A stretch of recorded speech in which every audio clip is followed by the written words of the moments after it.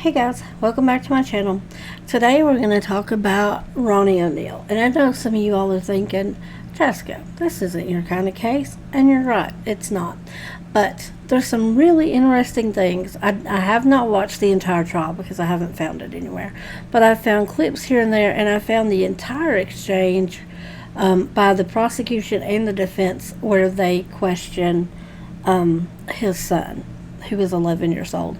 And I found it absolutely fascinating. And I want to talk about some other things going on during this trial that I found just nobody else is talking about it. And so I wanted to talk about it. And hopefully you guys want to listen about it. But anyway, let's go. So I'm just going to give you a little brief overview of the case. So this is Ronnie O'Neal. He's been arrested and charged with the murder of Kenyatta Barron, his girlfriend, who he lived with, their 9-year-old daughter, who was autistic and disabled in a wheelchair, the attempted murder of his, at the time, 8-year-old son, and arson, because he tried to set the house on fire after this rampage. And I don't know what else to call it besides a rampage. There were neighbor witnesses. I mean, you could see the picture of his first appearance. His arm is burned. He can't really get away with saying he didn't do a lot of this stuff because it's all over him. And his son survived the attack and had to tell police from his hospital bed, severely burned, horrific stab wounds all the way through his intestines. His story gets better, and we'll get to that in a minute. Okay, here's the opening statement, guys. He starts out, I'm not talking over anything, he's making a big show about praying before he starts. So that's what this is going on right now. I'm going to cut out any of this I can because he takes some seriously weird long pauses when he questions people in the middle of statements. I'm going to cut out whatever I can because this is going to take forever. Going to show that we are under some of the most vicious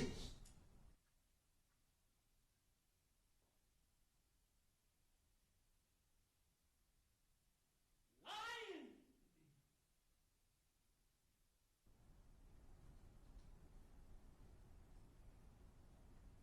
fabricating, fictitious government you ever seen.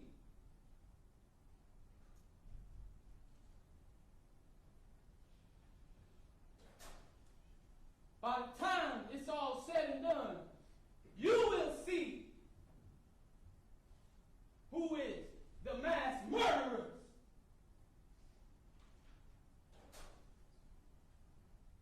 in Tampa Bay, the state of Florida.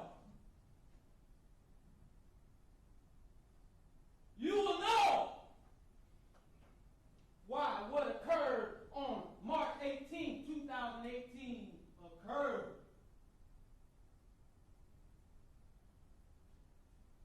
And the evidence is going to show that law enforcement tampered with evidence to meet their such high burden of proof. Because originally, it wasn't enough. So we had to tamper with evidence. Since it was such evident already, but we still had to tamper with evidence. The evidence is going to show my son did not see me murder his mom. The evidence is going to show he did not see me shoot his mom. The evidence is going to show my son said many things that are not true.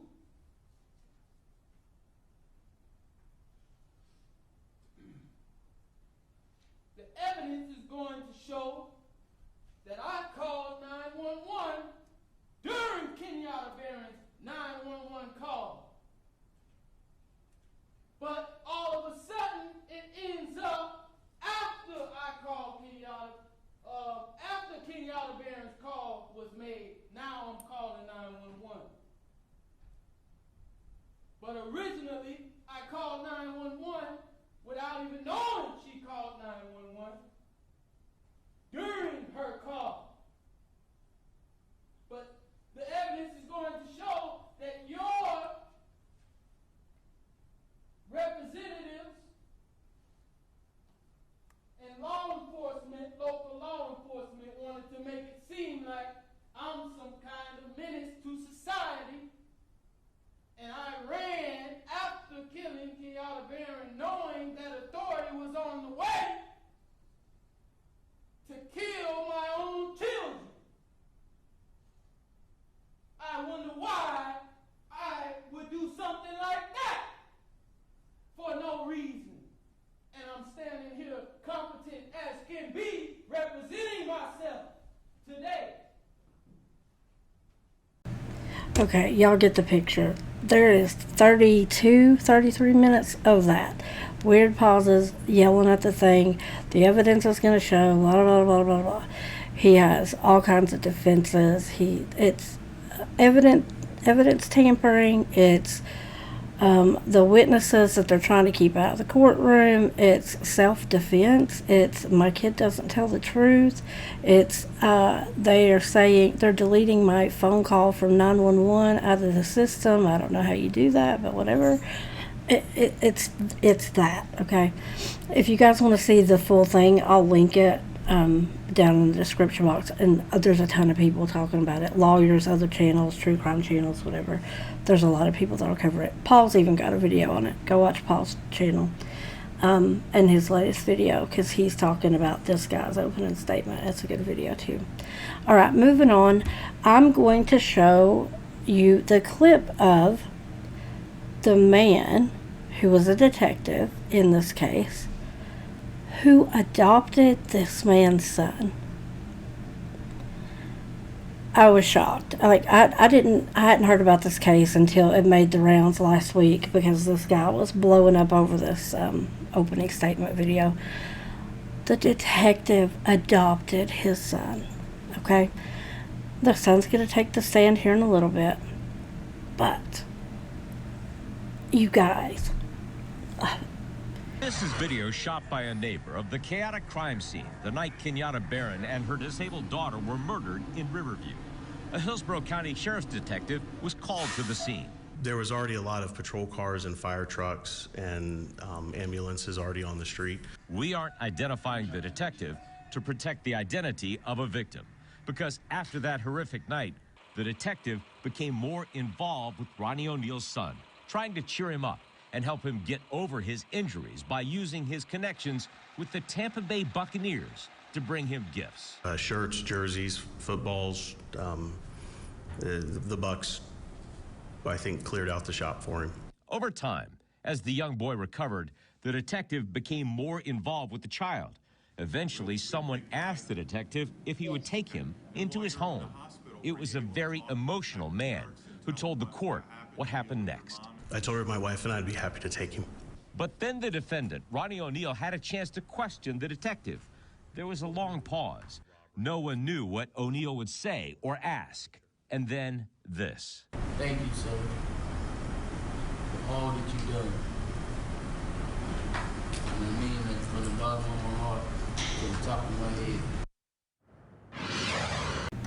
Did y'all see that coming?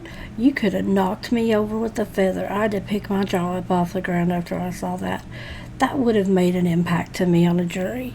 If I was a jury member, that would have made me question some things. Maybe if he's bipolar, because that's the exact opposite of the crazy that he showed in the opening statements. But it might make me pause for a minute. And that's not even where this stops. Next up, we're going to show what happens when his son is called to the witness stand. Now, this video is long. I might break it up and make comments as it goes along. I'm going to try to cut out the pauses because they're weird. So, here we go. Good morning. How you doing? Good. Okay. And I can hear you nice and loud, and I know we can see each other, but I just want to make sure you understand that while you're testifying, I can see you, and I can see when you nod your head and when you shake your head no. But this young lady over here is our court reporter, and she's taking down everything we say. So if I ask you a question, you're answering yes or no, you need to answer out loud, okay? Yes or no? Okay. Basically, I was sitting in my room, and I saw my mom and my dad arguing in their room. Were you awake or asleep? Awake when I saw. Okay, you were. Did something wake you up, or were you already awake and doing something? Well, they were just like screaming at each other. Okay. So you heard your mother and father screaming at each other? Yes. Okay. And what did you do? Did you get up and look to see what was happening? Yes, and my mom told me to get back in my room. Okay. And when you look out your bedroom door, can you see down? Were you able to see down in the bedroom where your mommy and daddy were? Yes. Okay. And tell us what you saw. I just saw my dad holding a shotgun and my mom screaming at him, and they were just like fighting. Have you ever seen that shotgun before? Yes. Where have you seen the shotgun? Under the bed. Under what bed? My parents' bed. Under your parents' bed? Yes. Have you ever used the shotgun before, or had you ever seen your father use the shotgun before? Yes. Okay. So, you saw your mother and father arguing in the bedroom, and your father had a shotgun. What happened next? What did he do? My mom ran in my sister's room. My mom ran in my sister's room into the closet. And was your sister's room right next to yours? Yes. So your mother had to kind of run toward you? Yes. Did you see that happen? See her run? Yes. Okay. And when your mother ran into your sister's room, what did your father do? Did he go after her? Yes. And did he have the shotgun with him? Yes. And did he follow your mother into your sister's room? Yes. What was your sister's name? And can you tell us about? She was autistic. She couldn't talk. She was not able to talk? No. What about walking? Was she able to walk? But she struggled with it, but then she was able to walk again. Okay. Did she have a wheelchair that she used sometimes too? Yes. All right. So what happened after I might have just asked you this, but just to clarify, when your father followed your mother into your sister's room, did he have the shotgun with him? Yes. And what did you do after that happened, after your father followed your mother into your sister's bedroom? Well, I kind of sat in my room, and then my sister was sitting on the bed, like on her bed. She was sitting up on the bed? Yes. Okay. And so she was awake when this happened? Yes. All right. And tell me what happened next. And then my dad told me to walk around and say, like, some words. And do you remember what words your father told you to say? Allah Akbar. Allahu Akbar? Yes. And he told you to walk around and say that? Yes. And did you do that? Yes. And where were you doing this, walking around and saying Allahu Akbar? It was like you would walk, like at the front door, you would walk in and then it was there, so like the living room. Okay, so you went out to the living room and did this? Yes. Okay. And what happened next? What did you hear happen? And then my dad said, "Come in here and come kill this the B word." And then I went in the room, and then he handed me the shotgun and like helped me shoot it. And you went back into your sister's room? Yes, because he said, "Come help me." Like, or yeah. Did you hear any shots from the shotgun before that? Yes. How many times? One. One time? Yes. So when you went back into your sister's bedroom, did your father hold the shotgun in your hands? Yes, he was helping me. So were you both kind of holding it at the same time? Yes.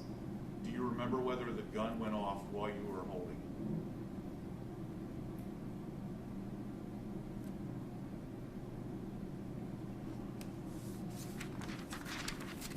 Do you remember?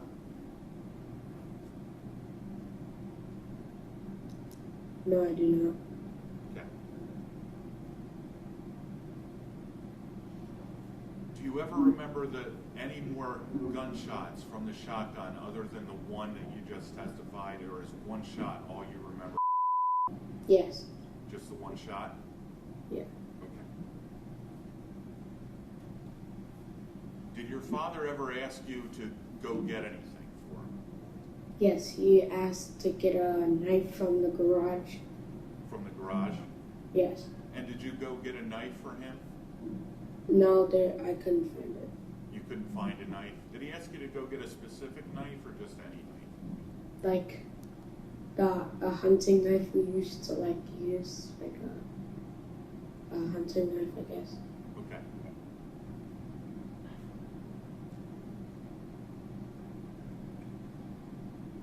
Was there a time when your mother was able to get out of the closet? Yes.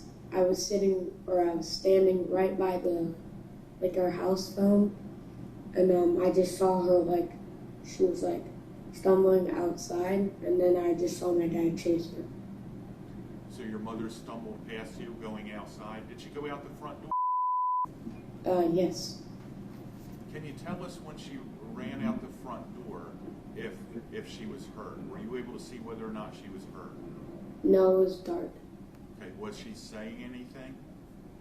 No, nothing that I remember. Was your father chasing her? Yes. Did he still have the shotgun with him when he chased her out of the house? Yes. Was your father saying anything? Saying anything? Nothing that I remember. Okay. So when your mother and father both leave the house, what did you do then? I was still standing by the house phone. Still standing by the house phone? Yes. Do you ever remember going outside that night? Yes, I remember walking, walking, but not like. I mean, and let me clarify the question, okay? After your mother and father, after your mother ran out of the house and your father chased her, did you go outside at that time? No. Okay.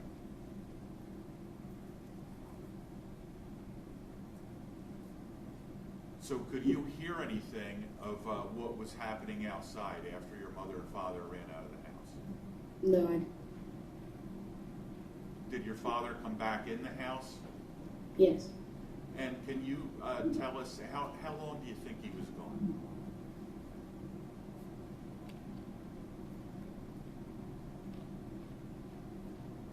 Was it a long time or just a minute, a couple minutes? Like a minute, not really long. Not really long, just like a minute? Yes. Okay. What happened when your father came back to the house? He went into the. Actually, he went in the garage.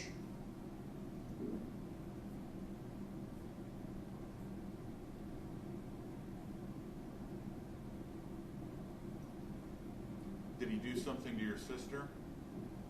Yes, he hit her with an axe in the head, and then in the back, and the back, and then the head, and then I saw her eyes roll, and then there was blood everywhere. Did you see where he got the axe from? No, I did not. Okay. Had you ever seen this axe before? Yes.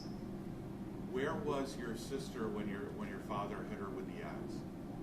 She was in my parents' room. How did your sister get into your parents' room? He dragged her, dragged her into my parents' room. And when you say he dragged her, or do you mean Like your he father? grabbed her into my parents' room. Your father grabbed her and dragged her into your parents' room? Yes. Can you describe kind of how he dragged her? Was it by one arm, by her legs? How did he do that? Just one arm, taking her to the room. Was your sister awake when this happened? Yes. Okay. And was it in your parents' room where you saw him hit her with the axe? Yes. And where in the room did he hit her with the axe? Do you remember that? So it was, you would walk in the door and it was she was sitting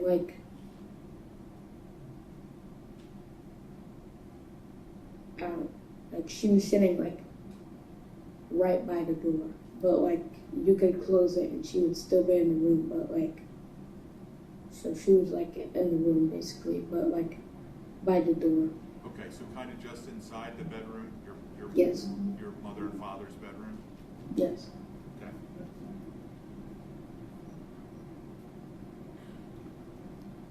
What do you remember happening next? He hit her in the back in the axe and then in the head, and then there was blood everywhere, and then he lighted something. He lighted something with tissue and a match. He lighted something with a tissue and a match? Yes. Do you remember your father ever having a can of gasoline? Yes, he spread it everywhere, and then he got the match and then he dropped it on the ground, and then it all the fire up here. Before he did that, did he cover your sister with anything? Cover? Did he put anything over top of your sister? Do you remember? You don't remember? No. Okay. But he started a fire in that room. Did he close the door? I do not remember that. No. Okay. What happened next? And then he went in the garage. I followed him, and then he put me on the ground. He put me on the ground, and then he had his foot on top. I was laying on my stomach. He had his foot on top of me, and he was holding me down. And he was lighting a match. He was lighting a match with the tissue, and then he threw it down. And then Do you remember your father pouring anything on you? Do you remember feeling anything wet on you? no, but I remember actually before that, he called someone, I don't know who, and he said, I just killed someone. I just killed this bee. Okay. Did your family have a lawnmower? Yes, we did. Do you remember anything about the lawnmower that night? Your father doing anything with the lawnmower? No, I didn't. Okay. Do you ever remember your father cutting you or stabbing you with anything? So when he tried to put me on the fire or whatever, he tried to light the match and put me on fire. I quickly ran up and went in the kitchen, and then I backed up. He opened the drawer, and then I remember my mind just I wasn't understanding anything, and then I walked out the front door. Okay, so you remember when he was holding you down with his foot, and after that you were able to get up and run into the kitchen? Yes. And you remember him going to the kitchen, a drawer in the kitchen? Yes. The drawer in the kitchen, that what you said? Yes. Yes. Okay. Do you remember getting burned at all? No. What do you remember about coming outside the house? Just flashes everywhere, and I just remember going to someone and saying, that my dad killed my mom, and then I got like a mask put on me, and then I don't remember anything from there. Was there a lot of lights flashing and stuff when you came out of Yeah. the house? Yes. How you doing? Good. It's good to see you, man. Good to see you too. Do you remember doing an interview with Detective Dirks? Yes.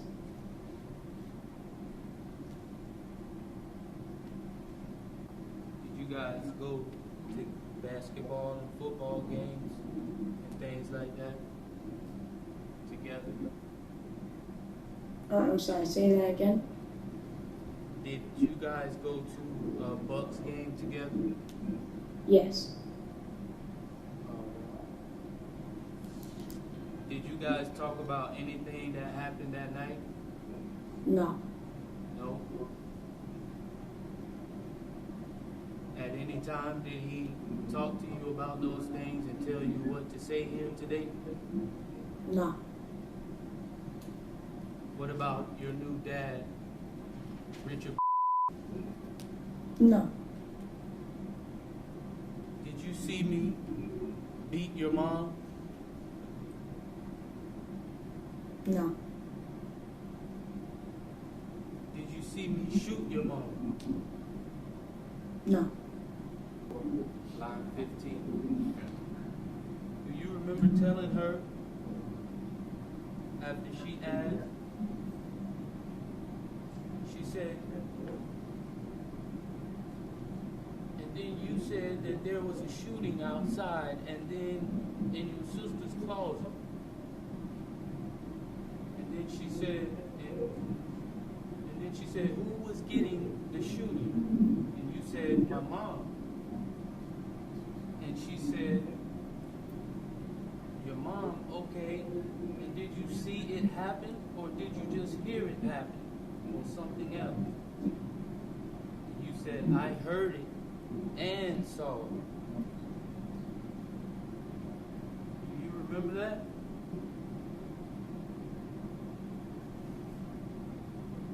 Do you remember making that statement to That, Miss Miller? Yeah, just answer yes, no, or I don't know. like saying that my mom shot.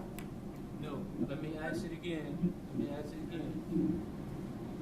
You replied to Jennifer Miller's question. She asked you who was getting the shooting, and you said your mom. And she said, okay, did you see it? And you said, I heard it and saw it. Do you remember saying that to her?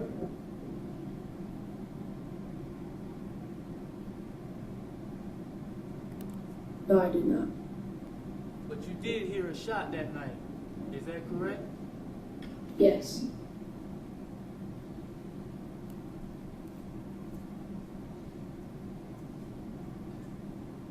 And when you heard that shot, where were you at that time?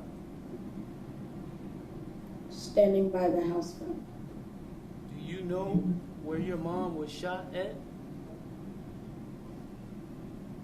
And what part of the body she was shot in? Do you know anything about that?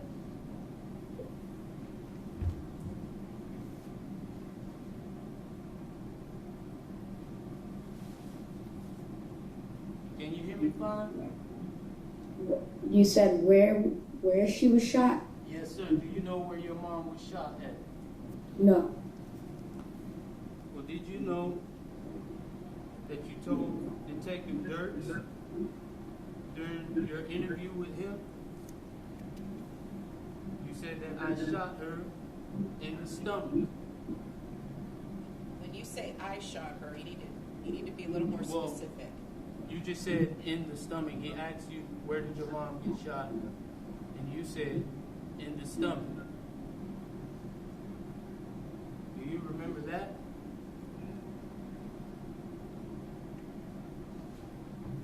No, I do not. You said just a while ago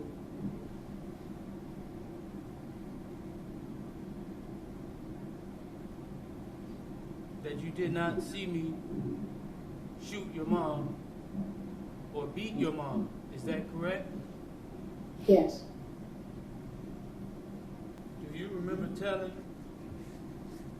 Miss Jennifer Miller that you saw everything and I was outside? Do you remember that? She said to you, did you hear? Did you hear? No, she said, you did hear? Did you see what was happening or did you not? You said, I saw everything. And she said, you saw everything? How did you see everything? And you said, because I saw everything. And she said, where? Were you outside or were you inside or something else? And you said, I was outside. Do you remember that?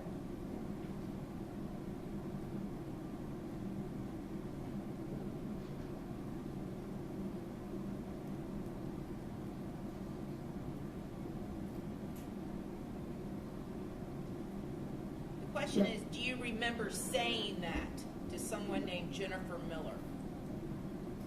Or do you remember saying that to Jennifer Miller, that you were outside and that you saw everything? No. And did you know in your deposition by my counselors, Jennifer Spradley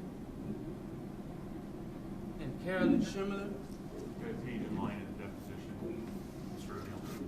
page 103.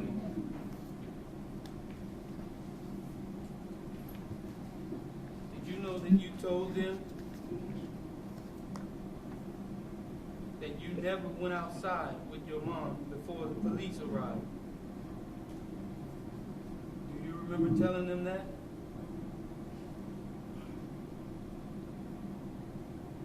She asked you, she said, okay, so is your mommy ever inside of the house when anything is set on fire? And you said, no, she was outside. And she asked, okay, and you're never with, are you ever with your mom outside the house? And you said, no. Do you remember telling her that? Yes. You do. Did I hurt you that night of this incident? Yes. I did. And how did I hurt you? You stabbed me. Do you remember telling Detective Dirks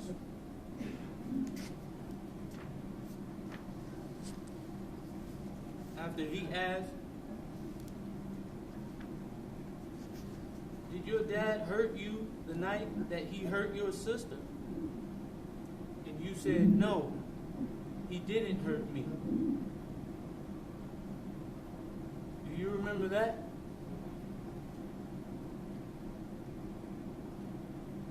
No. And you said just a while ago, I stabbed you with a knife, right? Yes. Detective Dirks, interview number 2, March 26, 2018, page 923. Do you remember telling Detective Dirks when he asked you, when did he hurt you with a knife? And you said, I don't know. Do you remember that? Yes. And then Detective Dirks asked you, was it the same night or was it before that? And you said, no, it was another day. Do you remember that? Sorry, repeat that again? Detective Dirks says, was it the same night or was it before that? And you said to him, no, it was another day.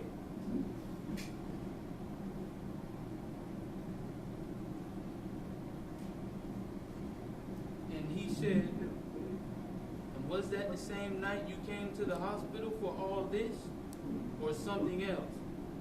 And you said to him, something else. Do you remember that?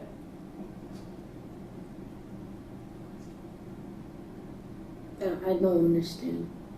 All right, I'll pose the question again. Well, do you recall telling Detective Dirks that? Yes, no, or I don't know? Why I got hurt? Like, No, he asked you, when did it happen? That night. He asked you, when did your dad stab you? And he said, was it that night, or was it something else? And you replied, it was something else. no, I do not remember saying that. When you heard the gunshot that night, can you hear me? When Yes. when you heard that gunshot that night, was your sister hurt already, or was she hurt after that shot? She was hurt after that. All right. You did say that your sister was hurt after the shot, right? Yes. Right. Do you remember in the interview with Jennifer Miller,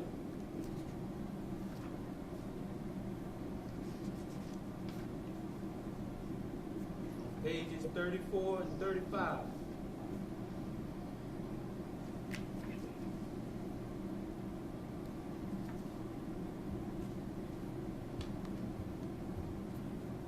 And also, well, let me just start with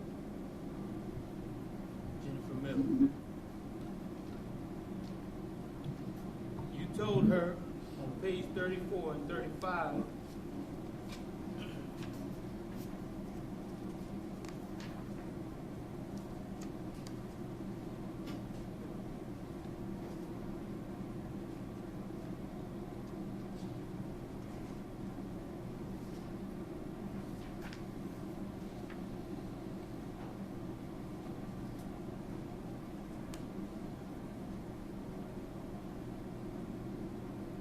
said,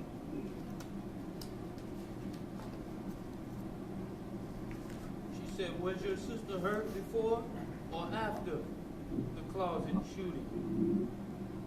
You said she was hurt before the closet shooting. Do you remember that? No.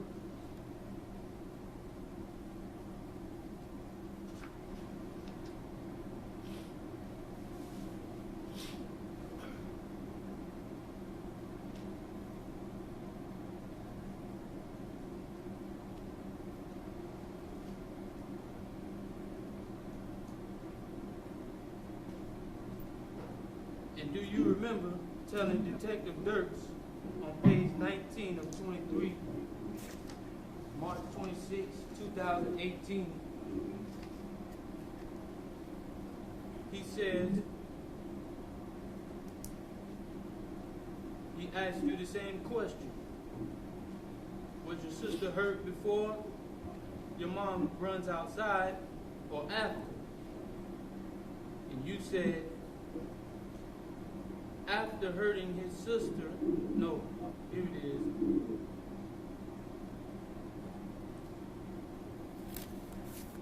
You said, after hurting your sister, then I hurt your mom and ran outside. Do you remember that? No. He asked, so he hurt your sister first and then went outside? And you replied, no. Yeah, and pretty sure. Do you remember that? No. And what do you remember happening after the shooting with your mom outside?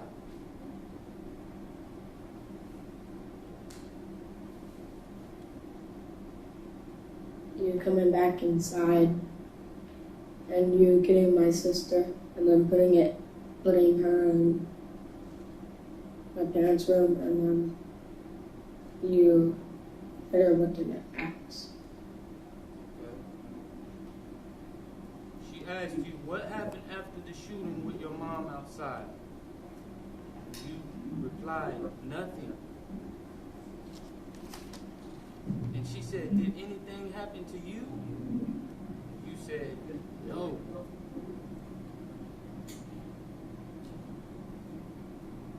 Do you remember that? No.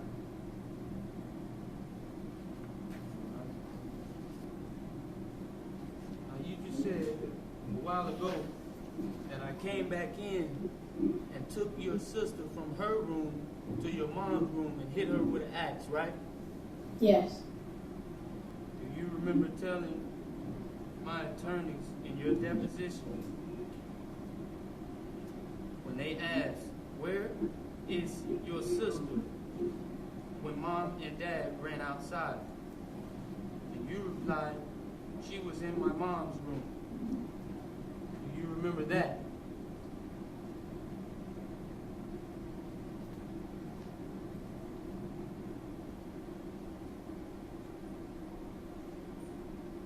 No. You told them you don't remember when she went from her room to your mom's room. Do you remember making that statement? No. You just said a while ago that I told you to go get some things. What did I tell you to go get? A knife.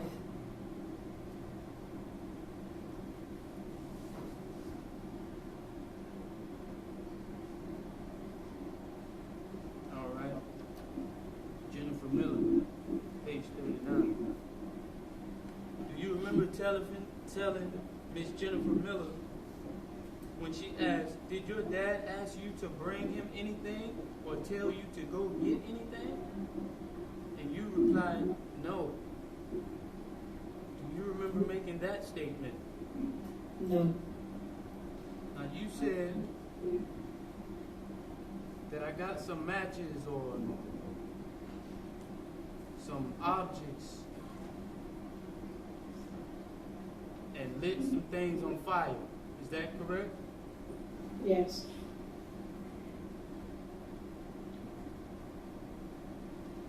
And if I remember correctly, you just told Mr. Harmon here, or Mr. Gale, that you saw me sprinkle gasoline over your sister's body. Is that correct? Or you said that I sprayed gasoline everywhere. Is that right? Yes. Is that a yes? Yes. Do you remember telling my attorneys when they asked you, did you ever see your dad pouring gasoline anywhere in the house?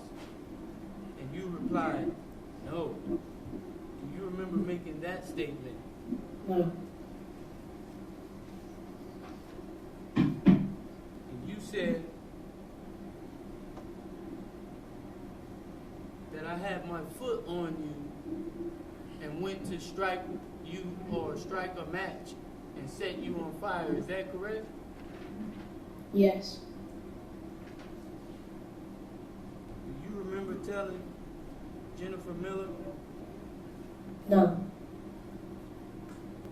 And she said, she asked you, Jennifer Miller asked you again, she said, how did it come to you? And you said, the fire went to me. And, no, pardon me. That was the line before. She said, how did it come to you? And you said, I don't know.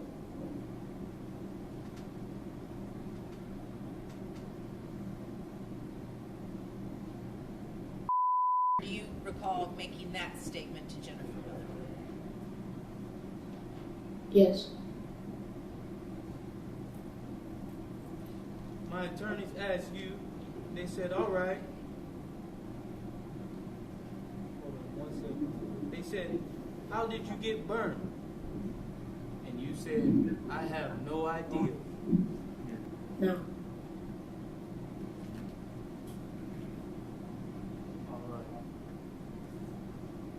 All right, thank you. All right, very Have a good. good one, all right? All right, very good. It's time redirect examination. So, Mr. The state may have a couple of follow-up questions for you, and then we're done. Okay. Real quick, okay, and then you're all done with this, okay? That night, when this happened, did you set the house on fire? No. Did you ever see your mom set the house on fire? No. How about did she set the house on fire? No. Did you ever see your mom hit your sister that night with an axe or No. or a hatchet? No? No. Did you hit your sister that night with a hatchet? Would you have done something like that? No. Did you ever see anybody holding the shotgun other than your father and when he helped you hold it in that bedroom? No. This all happened back when you were years old, didn't it? Yes. Have you, over the last 3 years plus, have you had to talk to a lot of people about what happened that night? Yes. And last year, do you remember giving a deposition last year? Yes. Okay, and that's something that lasted all afternoon, didn't it? Yes.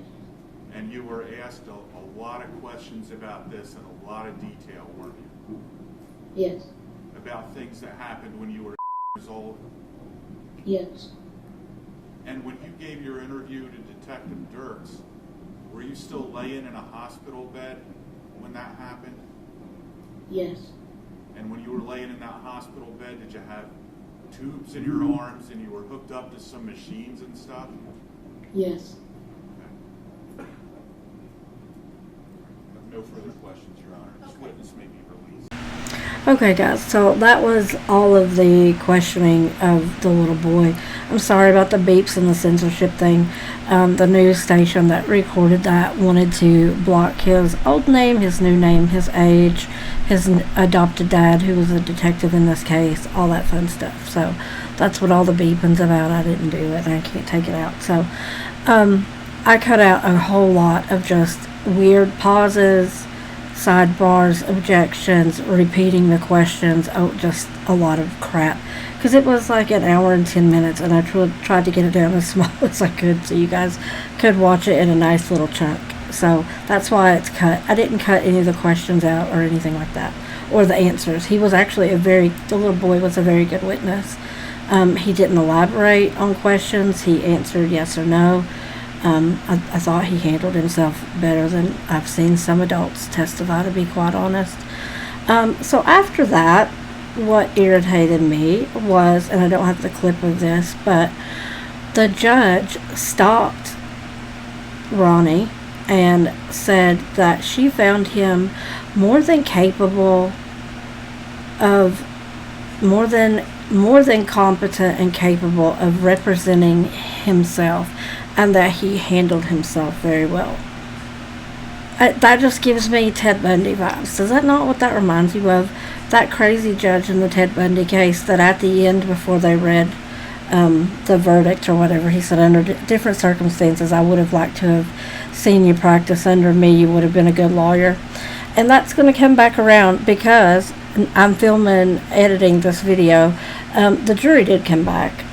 This is Monday night. I told y'all Monday they were going to do the prosecutor in his closing statements, I'm sorry. So they did that, and if you thought his opening statements were crazy, closing statements were that much worse. And I tried to snag the video of it, and the news station that live streamed it took it down immediately. And so the only clip of it I've seen is on Court TV. So if y'all want to go watch that over there, you can. But I'm not going to get a copyright strike on it. He immediately begins yelling again. I actually think it was worse than the opening statements. He was crazy. Everything that I thought was a redeeming quality that might have been sincere and a bonus to him after his opening statement, he completely destroyed. He got a penalty, flag on the play. He lost 30 yards.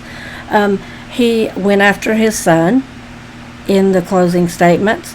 He went after the detective that adopted his son. He had the nerve to get up there and say, "Can you believe he adopted him?" He did that so that he could get his claws in this little boy and tell him exactly what I did, so that he would be ready for the stand, like he had poisoned him against him. I mean, really, dude, you think somebody's going to adopt a kid to change how they testify on the witness stand? You ain't that important. I'm sorry. There is not a person in this world that would upend their life for a child just to make sure you, random guy from Tampa, Florida, goes to prison. I think he was an excellent witness for the prosecution, and I'm talking about Ronnie O'Neal himself. I think he absolutely earned himself a death penalty. The judge had to stop his closing arguments, I don't know how many times, because he was using very foul language and really bad over and over and over, definitely unnecessarily. She had to tell him to cut it out. She corrected him quite a few times in closing statements. So then they stopped. His closing statements were really, really long. I'm sorry, I'm kind of throwing this together. His statements were really long. She stopped at a certain point and asked the jury, did they want to go to lunch? Because they'd already heard the prosecution. And now he's rambling on. I think it was 45 minutes of a closing statement. And they said, no, keep going. And so he finished his closing statements. She said, we have to have the prosecution's rebuttal closing statements. Y'all want to go to lunch? No, we want to hear that. And they did. And then she said, now we have jury instructions. And they said, we want to work through lunch, which tells me at that moment they had already convicted him. Already. There is no way they thought, oh yeah, this is going to be a long deliberation. Let's go eat lunch. So they ate lunch in the jury room while they deliberated. And I knew we were going to have a verdict by the end of the day. And they did. It was a few hours and they came back. And now I'm going to put the clip in where they read the verdict. Here we go. I ask the clerk to please publish the verdict. Thanks, Judge.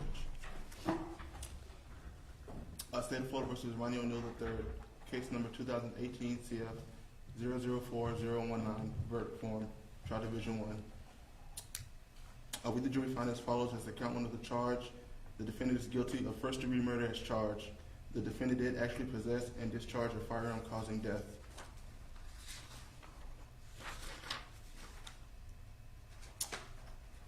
We, the jury, find as follows as the count 2 of the charge. The defendant is guilty of first-degree murder, premeditated murder, and felony murder. The defendant carried, displayed, used, threatened to use, or attempted to use a weapon.